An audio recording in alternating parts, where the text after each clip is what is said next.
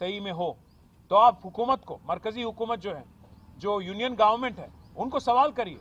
उनको बोलिए एक सेंट्रल यूनिवर्सिटी है, एक्सपैंड करना चाहती है, उनका इंफ्रास्ट्रक्चर में एडिशन करिए।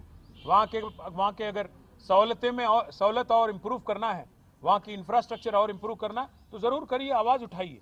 वो नहीं करते हो और यहाँ पे आके कहते हो कि अनयूज्ड लैंड है इसलिए वापस लेंगे।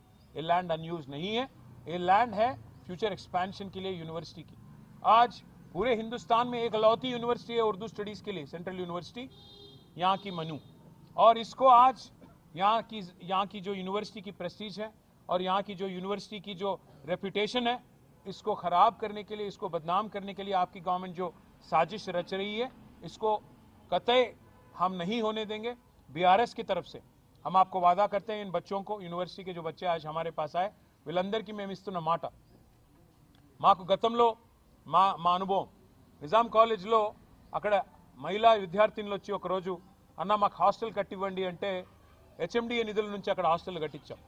అట్లాగే మౌలానా యూనివర్సిటీలో కూడా నేను ఇవాళ పిల్లలందరికీ చెప్పాను, సరే ఈ గవర్నమెంట్ ఎట్లాగూ వీళ్ళు గుంజుకునేటోళ్ళు తప్ప ఇచ్చేటోళ్ళు కాదు, కాబట్టి వాళ్ళకి ఏం చెప్పిన నేనంటే మళ్ళీ తిరిగి 2-2.5 ఏళ్లలో కేసీఆర్ గారి ప్రభుత్వం వస్తుంది, వచ్చిన తర్వాత ఇదే యూనివర్సిటీలో ఆ ల్యాండ్లోనే ఎక్స్పాన్షన్కి కావాల్సిన డబ్బులు కూడా అవసరమైతే స్టేట్ గవర్నమెంట్ నుంచి మేమిచ్చి మీకు అండగా నిలబడతాం. Future expansion also we will take responsibility if the central government does not act. We will add infrastructure, we will come back and we will stand by the students. And in this fight, they are meeting every political party, they are meeting every political leader. I wish them the best. We are with you. We'll raise our voice in all forums. We'll raise our voice in Rajya Sabha where we have representation. We'll also come with you to Delhi if need be. Delhi भी आएंगे और union government से भी सवाल करेंगे कि क्यों कर रहे हो आप ये लोग ये सब. तो इसलिए मैं आपसे कहना चाहता हूँ, మీడియా కూడా నేను ధన్యవాదాలు చెప్తాను, ఎందుకంటే మీరు అందరూ కూడా ఇష్యూని సపోర్ట్ చేస్తూ ఉన్నారు.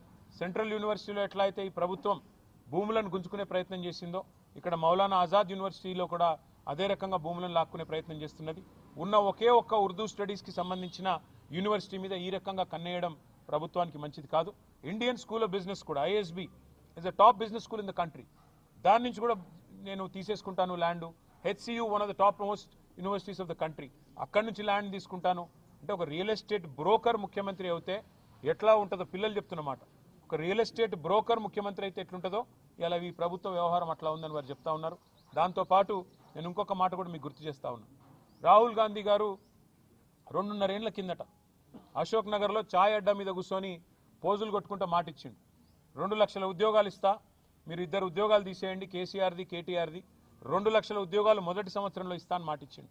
మరి నిన్న ఏం జరిగింది? నిన్న రాత్రి 2 ఏళ్ళు గడిచిపోయింది, 25 నెలలు దాటిపోయింది, ఇంతవరకు 10,000 ఉద్యోగాలు కూడా ఇవ్వలేదు. మీరు ఏమైనా నీ 2 లక్షల ఉద్యోగాలని చెప్పి పిల్లలు రోడ్డెక్కితే వాళ్ళని ఇష్టం వచ్చినట్టు గొడ్లను కొట్టినట్టు కొట్టి వాళ్ళని 7 పోలీస్ స్టేషన్లో నిన్న ఈ దిక్కుమాలిన ప్రభుత్వం వారిని నిర్బంధించింది.